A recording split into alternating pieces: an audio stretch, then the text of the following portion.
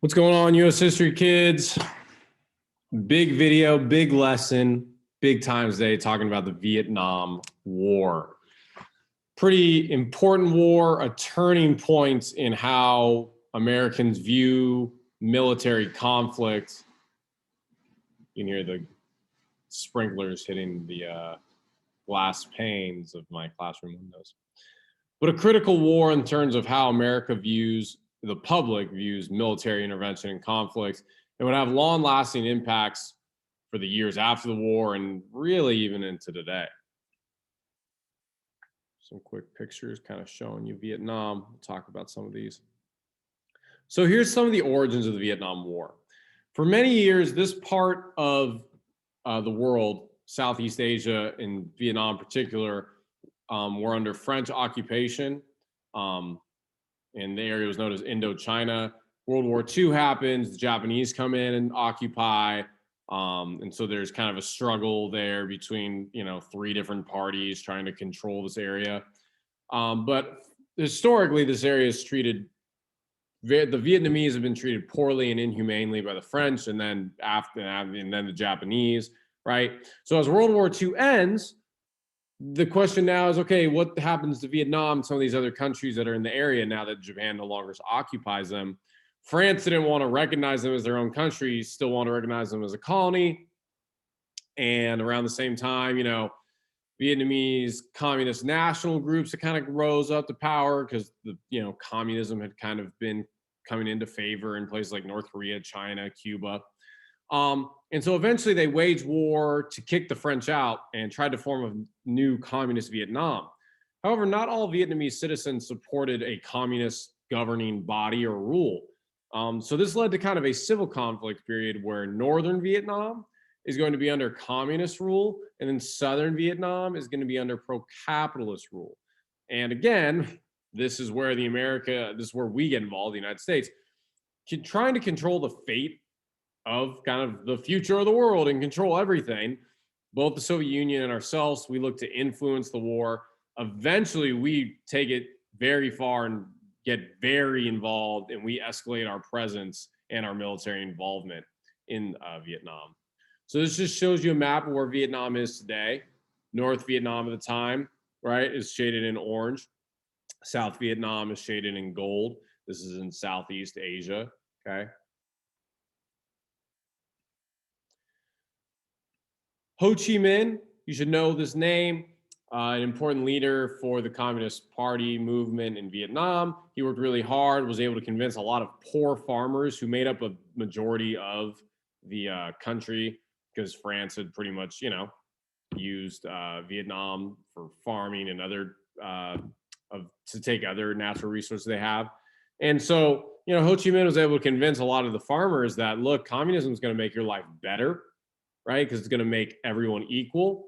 And he really got them to buy into the whole, it's the rich, only the few rich Vietnamese families and powerful families are going to do well under the capitalist regime. You don't want this, and was able to get them to buy into communism. He passed away in 1969 before you can see, the success of his movement, but very influential leader for the history of Vietnam. So, has a city named after him. And then from the American aspect, our guy is Lyndon Baines Johnson. We talked about him, or LBJ. He was a dude from Texas, a Democrat. He was actually in favor of civil rights movements. Big reason JFK picked him to be the vice president, because thought he could maybe work well with the Southern voters as a Southern Democrat and try to push for more civil rights reforms. Obviously had to step up when JFK was assassinated. Quickly kind of had to be like, okay, a lot of things going on, and we got now the Vietnam War, and he had to handle that, did so poorly. But generally, historians view him pretty favorably for his civil rights work. But his legacy is haunted kind of by the escalation of the war in Vietnam and not really being able to withdraw. So that's kind of his legacy as president.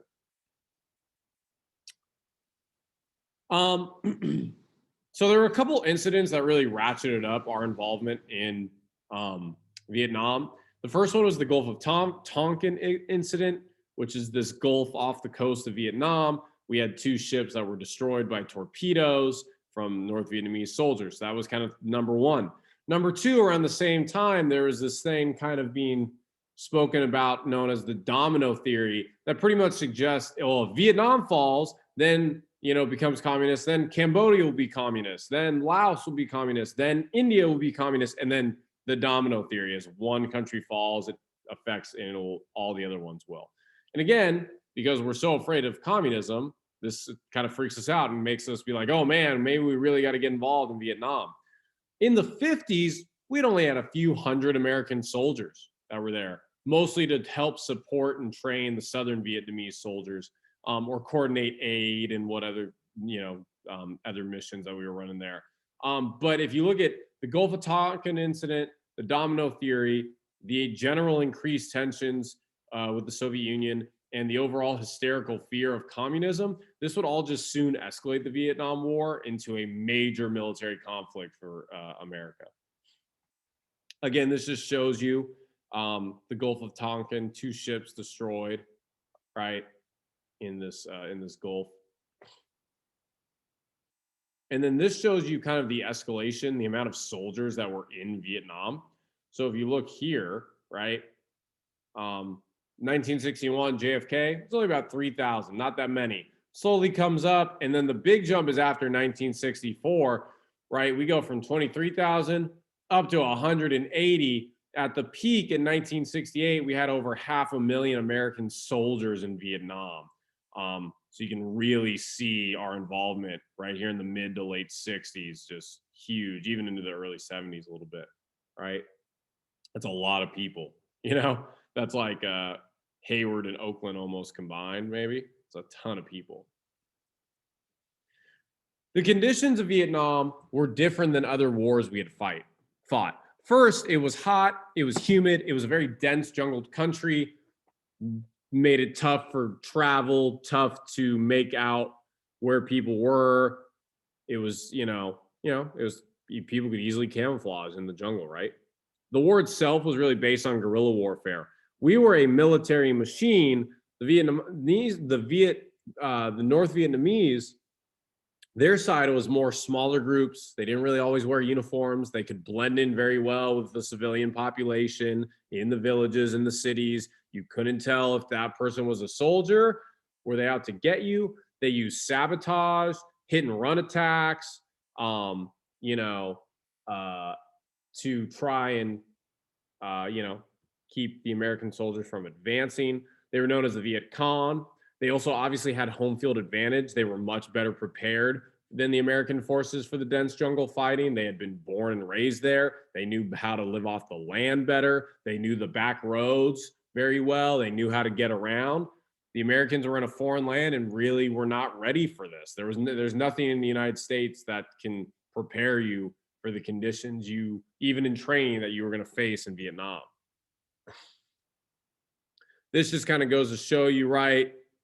Here are the soldiers, dense jungle, okay? Right? The villages in the jungle, right? Hills, it was wet. You can tell from the mud, right? Vietnam is a country where it's very thin. You have kind of a lot of the population lives on the coastline, flatter areas, but as you go further away from the ocean, it proceeds to get more hilly and hilly and hilly, right? Tough conditions. The North Vietnamese had a lot of booby traps. This was a common one. They would make these pits and they'd sharpen bamboo spears at the bottom. It'd be a far enough drop.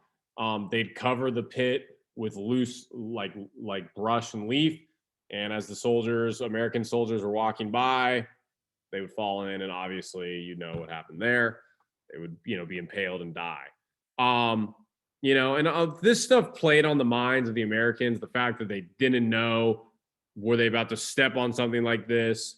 They didn't know if the civilians at the village, were they enemies or friendly? The conditions were driving soldiers kind of crazy. It was hot. It was humid. You couldn't see the enemy a lot of the times, but you knew you were getting shot at. very different than other wars we had fought. And this is just a picture of like North Vietnamese forces, right? Who were very good at blending in with the environment. Some movies you could watch to give you a better picture about the conditions include Platoon, The Deer Hunter, and then Apocalypse Now. I don't know where you can find these movies. Maybe on Netflix, maybe elsewhere. All good movies. Okay, all show you kind of the conditions of Vietnam. Vietnam is a war that is a psychologically damning war. It is challenging. It really messed with the heads of a lot of soldiers for the things they saw, the conditions themselves. It was very tough. Other things about Vietnam you should know is the draft. The military draft has been used in times of war to force young men into war, right? So once you turn 18, you're supposed to sign up for selective service. You get a military draft card. You're hypothetically eligible to be drafted from the age of 18 to like 25, 26. It was used twice during Vietnam, and then the threat of it, of course, could always be used, right? But it faced very heavy criticism as the war was super unpopular in the public at the time. We'll talk more about that in our next lesson. And people would burn their draft cards and such. Men still have to sign up for the draft to this day in order to receive if you want FAFSA or you want to end up getting a government job one day. So it's still something that we use. You have to do today, but the draft hasn't been used since Vietnam, so it unlikely will be used. And that's how the draft was decided. It was literally like a lottery, right? And then they'd read out a number. Everyone's birthday had numbers, and if your number was called, right, then you were drafted. There's also prisoners of war, which was a big deal at the time in Vietnam. There are a lot of soldiers who were captured, and those who were captured were subject to degrading, harsh conditions, a lot of times torture. Many were prisoners for years. Thousands of soldiers were POWs during the Vietnam War. And when the war ended, the fates of over 1,300 missing or POW soldiers, they were never discovered. And the government has presumed them to have passed away, right? So you have a picture up here of the conditions of, them being on display. You have towards the end of war, as the negotiations, as the United States began to withdraw, we swapped prisoners or we gave up places in exchange for people to come home. Some of these people had been, away from their homes for years as prisoners. So if you ever see that black flag, that kind of got very popular after the Korea War, and then also after the Vietnam War, especially too. There's also chemical warfare that was used. We use this thing called Agent Orange. It's a chemical agent that could chemically burn down crops, forests, poison the crops, right? Kill their food supply. The goal was to try and drive the Viet Cong out of the jungle or starve them out. But beyond its kind of damaging environmental effects, it has caused long-lasting health problems, major health problems to those exposed. A lot of women who are exposed to it, if they were pregnant, even if they weren't pregnant, they could later on have children, then those children have birth defects. U.S. soldiers came home.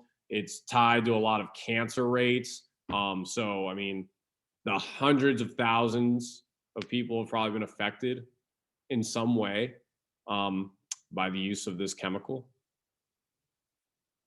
And, of course, the U.S. government hasn't done the best job of, fully supporting those who are been affected by this.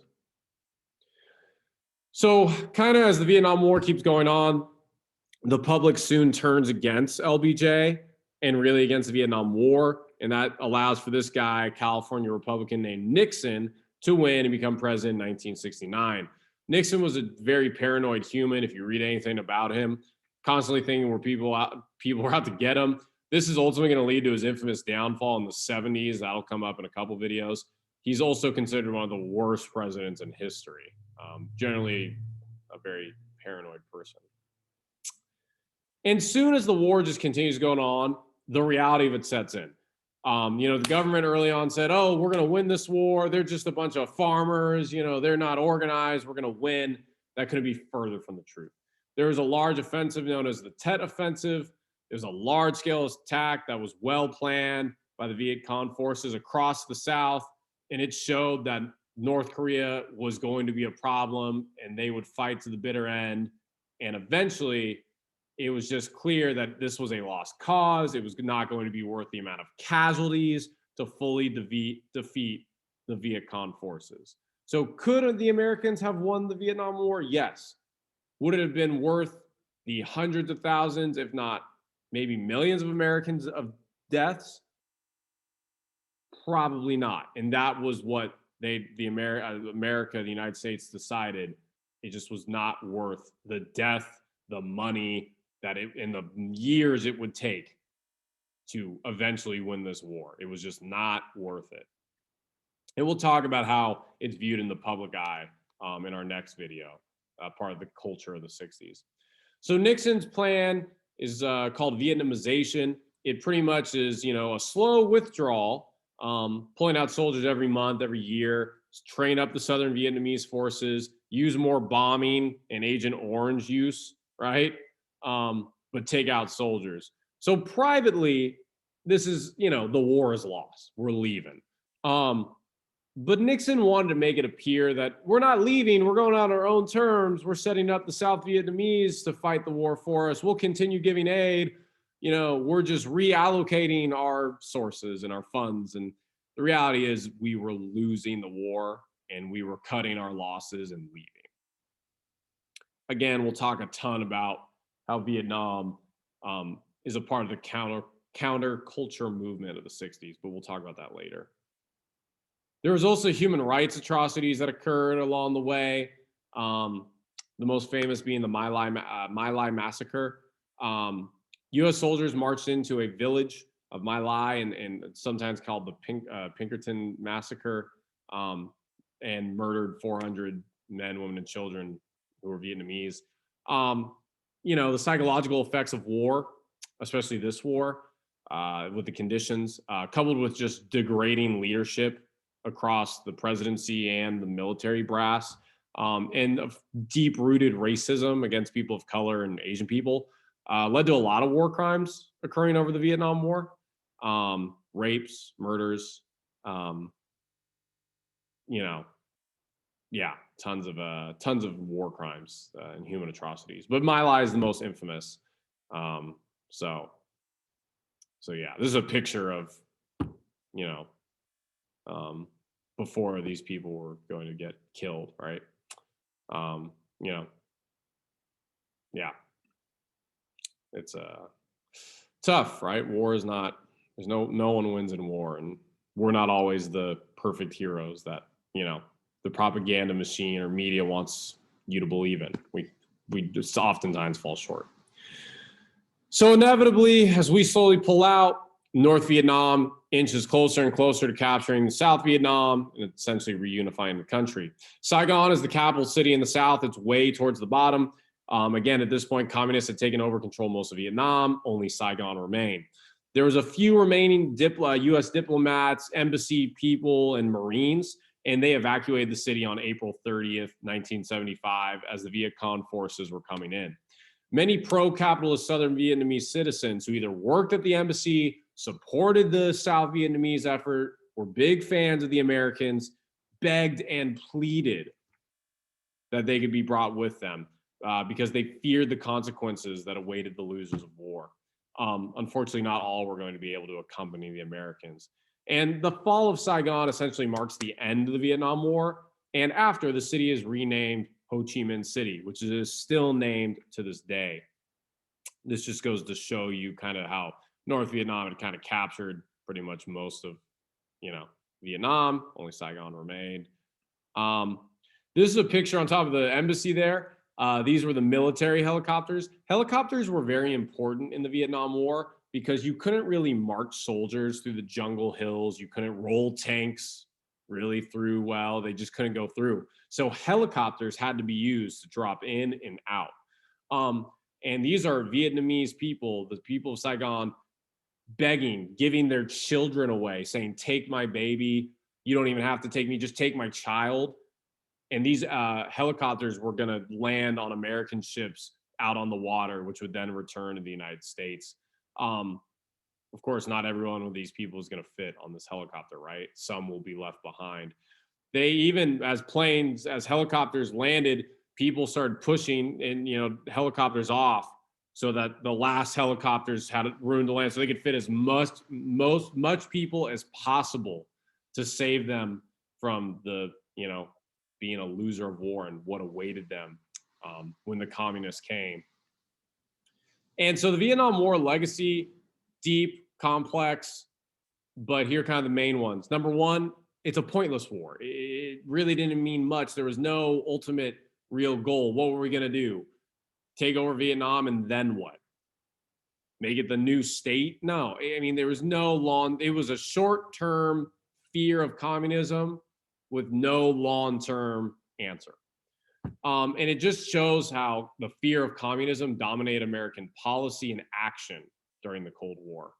It cost $120 billion at the time, which is a lot. That would soon lead to a lot of major economic problems, which we'll talk about in the 70s. Vietnam would then become a communist country. That was a pretty big win for the Soviet Union because they didn't send many soldiers. They just mostly gave aid and weapons to the North Vietnamese forces. They also kind of pressured China to send in its military to do a lot of the work. So it was kind of a big win for the Soviet Union. The death toll was huge. 2 million Vietnamese were killed over the course of the war. 3 million were injured. 12 million became refugees, and millions more who were not able to escape and maybe get to the United States or get elsewhere, who were pro-capitalist Vietnamese who didn't make it out. They had to become re-educated. That means being imprisoned, being tortured, and being punished for not supporting the communists, essentially. So re-educated is, if you ever hear that word, it's a vague term for kind of being punished in a variety of ways to fit into the new society. Some were even killed. A lot of people were just killed. 58,000 Americans died. Many more were injured. Even more came home to a country that either saw them as murderers, the people who were very against the war, who would look at the soldiers when they came home, wouldn't care, yell at them, murder, murder, right?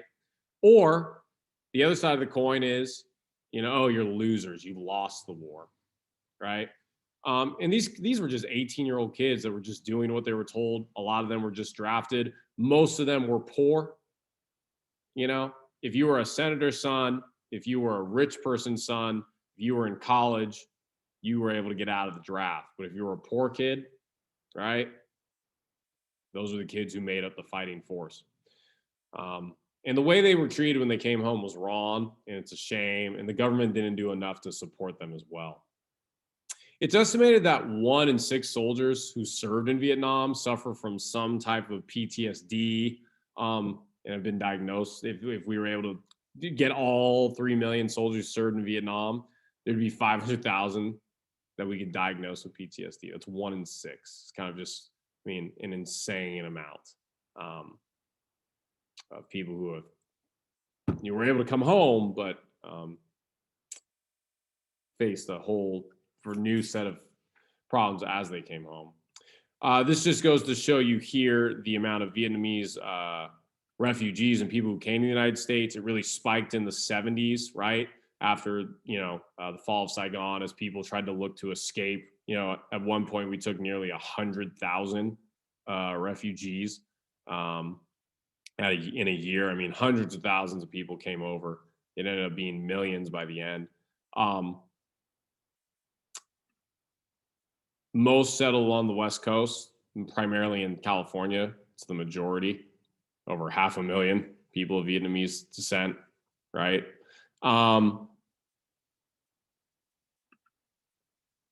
This is the Vietnam War Memorial. It has the name of every soldier who was killed or either missing in action, never brought home. The monument's pretty cool. It's in DC. You walk down and then you come out. It's very subtle. It's kind of just, you wouldn't even see it if you were maybe like over here. But the design of it is unique. The point is, as you walk down, the slabs get bigger. That's supposed to reflect the beginning of the war, the least amount of deaths, and then every year more and more deaths as you go down. And then as you come out, less and less deaths. So it's kind of categorically by, it kind of shows the amount of deaths, and it's kind of by year too. So it gives you an idea. I mean, just that's a lot of names, right? And there's a lot of long-lasting issues from Vietnam. We'll continue to talk about that as well. Whew. Okay.